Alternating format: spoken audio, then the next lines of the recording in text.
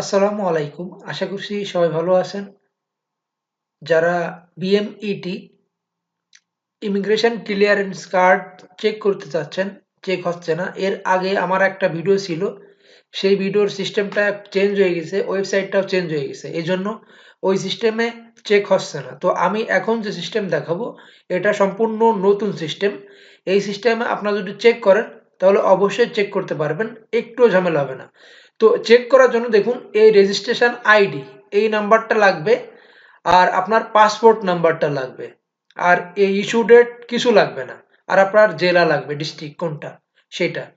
তো এটা চেক করার জন্য দেখুন একদম সহজ, আপনারা যে কোনো একটা ব্রাউজার ওপেন করবেন, ওপেন করার পর লিখবেন বিএমইটি কার্ড চেক বিডি, नहीं तो BMET check BD, BMET CHECK check space BD. দেখুন ভাই, এরকম বিএমইটি চেক বিডি লেখার পরে সার্চ করবেন। আমি সার্চ করে দিলাম। দেখুন, সার্চ করার পরে ওয়েবসাইট কিন্তু অনেকগুলো আছে। দেখুন এখানে ওয়েবসাইট কিন্তু অনেকগুলো আছে বিএমইটি, কিন্তু এই সব ওয়েবসাইটে কিন্তু চেক হয় না।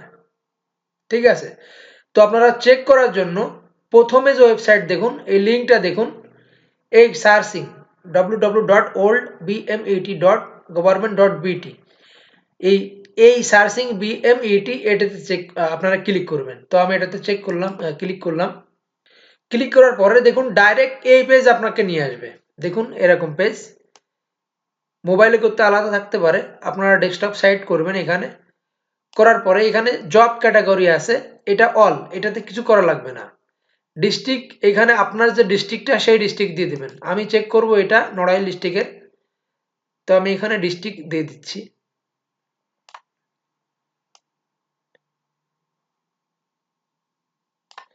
এই দেখুন ডিস্ট্রিক্ট নড়াইল দিয়ে দিলাম।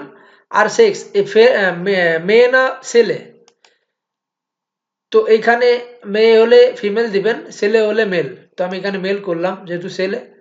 আর এই ফ্রম এই ডেট দেওয়া লাগবে না, টুও দেওয়া লাগবে না।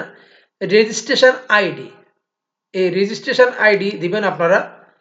এই দেখুন রেজিস্ট্রেশন আইডি, এইটা হলো রেজিস্ট্রেশন আইডি, এই পুরাটুক দিয়ে দেবেন আপনারা। তো আমি এখানে রেজিস্ট্রেশন আইডি দিয়ে দিচ্ছি পুরাটুক। NRM NRM 2020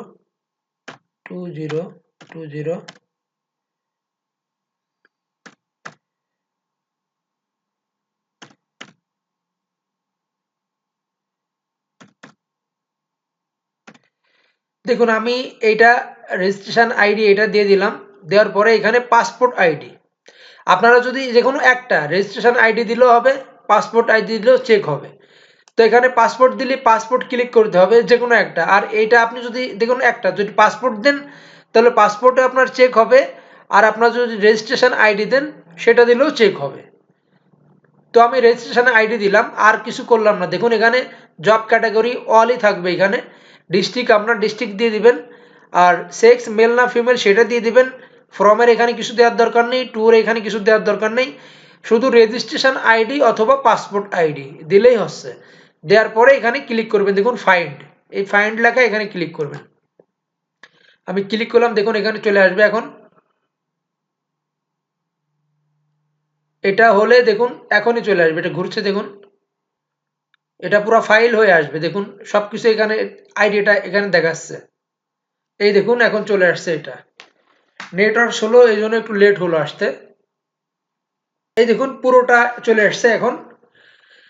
জবকার নেম MD ইমামুল Hussain, father's name Jaber Ali Mir, mother's name Ayesha Begum, sponsor name এখানে নেই, ন্যাশনাল আইডি নেই, কার্ড ইনার হয়নি এখনো, birth country Bangladesh, district Narail, birth date এটা birth date, nationality Bangladeshi, status male unmarried, weight 65 KG, religion Islam, height metre 162। তারপর দেখুন পাসপোর্ট নাম্বার এখানে আছে, স্ট্রিট অ্যাড্রেস নো নেই, ডিভিশন নেই যেহেতু আইডি কার্ড নেই সেই জন্য, থানা উপজেলা নড়াইল সদর, তুলারামপুর, ফোন নম্বর নেই, স্ট্রিট অ্যাড্রেস এটাতে নেই, আর স্পন্সর নেম দেখুন জবের আলী মীর, মোবাইল নাম্বার এটা, আর তারপরে ডিগ্রি নেম প্রাইমারি পাসিং 2014 সালে স্কুল সার্টিফিকেট দিয়ে বানানো পাসপোর্ট, সেই জন্য এখানে ডিগ্রি আসছে। যেহেতু যদি এনআইডি কার্ড দিয়ে হতো, ন্যাশনাল আইডি কার্ড দিয়ে হতো তাহলে ন্যাশনাল আইডি কার্ডের অ্যাড্রেস এখানে আসতো, institute Narail school, subject grade B division. তারপর language English, oral skill beginner, writing skill fluent, experience information, training information, training name from where, division month, description এরকম। তো আপনারা এই কার্ডটা একদম সহজভাবে চেক করতে পারবেন। আর এটা ইমিগ্রেশন ক্লিয়ারেন্স কার্ড, এটা যদি চেক করেন আপনি, আপনার আর কোনো কার্ড লাগবে না, আপনার এই কার্ড চেক করলে আপনার সবকিছু হবে। আর বিদেশ আসতে গেলে এই কার্ড অবশ্যই কিন্তু দরকার, এই কার্ড যার নেই সে কিন্তু আসতে পারবেন না। এই কার্ডটা আপনারা হাতে পাবেন যখন আপনার ম্যান পাওয়ার ফিঙ্গারপ্রিন্ট হয়ে যাবে, তারপর ট্রেনিং করতে হবে আপনার। তো ম্যান পাওয়ার হওয়ার পরে তখনই সাথে সাথে আপনার কার্ড দিয়ে দেবে, একটা স্লিপ দিয়ে দেবে সেটাই। আর বিদেশ আসতে গেলে আপনারা যেখানে যেখানে যাবেন, পাসপোর্ট যখন পাসপোর্ট করবেন আপনারা মোবাইলে কিন্তু পাসপোর্টের ছবি তুলে রাখবেন। আপনারা যখন এই ম্যান পাওয়ার করতে যাবেন তখন কিন্তু ওই স্লিপের দরকার হয় না কার্ড না পাওয়া পর্যন্ত। তো আপনার তখন আপনি পাসপোর্ট নাম্বার দিয়ে কিন্তু চেক করতে পারবেন আপনার কার্ডটা হলো কিনা। আপনি যখন ম্যান পাওয়ার করলেন তখন কিন্তু আপনার পাসপোর্ট নাম্বার আছে, আপনার কার্ডটা তো আপনি যখন ইমিগ্রেশনে আসবেন তখন পাবেন কার্ডটা। আর তার আগে কিন্তু আপনার পাসপোর্ট নাম্বারটা চেক করতে পারবেন। আমি যে সিস্টেমে দেখালাম, আপনারা যখন ম্যান পাওয়ার করবেন, করার পরে আপনার পাসপোর্ট নাম্বার তো আপনার মনেই আছে, তখন এই ওয়েবসাইট বের করে আপনারা চেক করে নিতে পারবেন আপনার কার্ডটা হলো কিনা। যদি হয়ে যায়, অলরেডি রেজিস্ট্রেশন করা হয়ে যায়, তাহলে কিন্তু আমি এখন যেরকম দেখালাম এরকম দেখতে পারবেন। আর যে কার্ডটা আমি প্রথম দেখালাম এই কার্ডটা কিন্তু আপনার দেখুন, এই কার্ডটা কিন্তু আপনি যখন আসবেন বিদেশে, এয়ারপোর্টে আসার পরে কিন্তু আপনাকে দেবে, তার আগে কিন্তু এই কার্ডটা পাবেন না আপনি হাতে। পুলিশ ক্লিয়ারেন্স হয়ে যাওয়ার পরে আপনি যখন টিকিট নিয়ে ফাইনাল একদম বের হয়ে যাচ্ছেন, বোর্ডিংয়ে দিয়ে দিলেন, দেওয়ার পরে ইমিগ্রেশনে পার হয়ে যাওয়ার পরে পুলিশে চেক করার পরে ভেরিফাই করার পরে আপনাকে এই কার্ডটা দিবে। এই কার্ডটা দেওয়ার পরে আপনাকে ওয়েট করতে হবে প্লেনে ওঠার জন্য। তো তার আগে, পাওয়ার আগে আপনারা ম্যান পাওয়ারের পরে এই কার্ডটা চেক করে নিতে পারবেন এটা অরিজিনাল নাকি ডুপ্লিকেট, রেজিস্ট্রেশন হলো কি না হলো, একদম সহজভাবে। আর এই উপায়ে ম্যান পাওয়ারের পরে আপনারা সবাই অবশ্যই চেক করবেন 100%। আর বিদেশ আসতে গেলে সবাই ঠিকঠাক মতো সবকিছু করবেন। আর আইডি কার্ড প্রথম থেকে দেখবেন আপনার কোনো নামে ভুল আছে কিনা। পাসপোর্ট করার আগে অবশ্যই দেখবেন আপনার কোনো অক্ষর ভুল আছে নাই, আপনি নিজে নিজেই সব পূরণ করবেন। না হলে একটা অক্ষর ভুল গেলে আপনার সারা ডকুমেন্ট যত আপনি যত যাই কিছু করবেন সব কিছুতে কিন্তু নাম ভুলই হবে। তো আপনারা খেয়াল করে রাখবেন সবকিছু যাতে আপনার ঠিকঠাক হয়। একটা যেহেতু আপনি একটা পরিচয়পত্র বানাচ্ছেন, নাম যেন কোনো কিছু ভুল না হয়।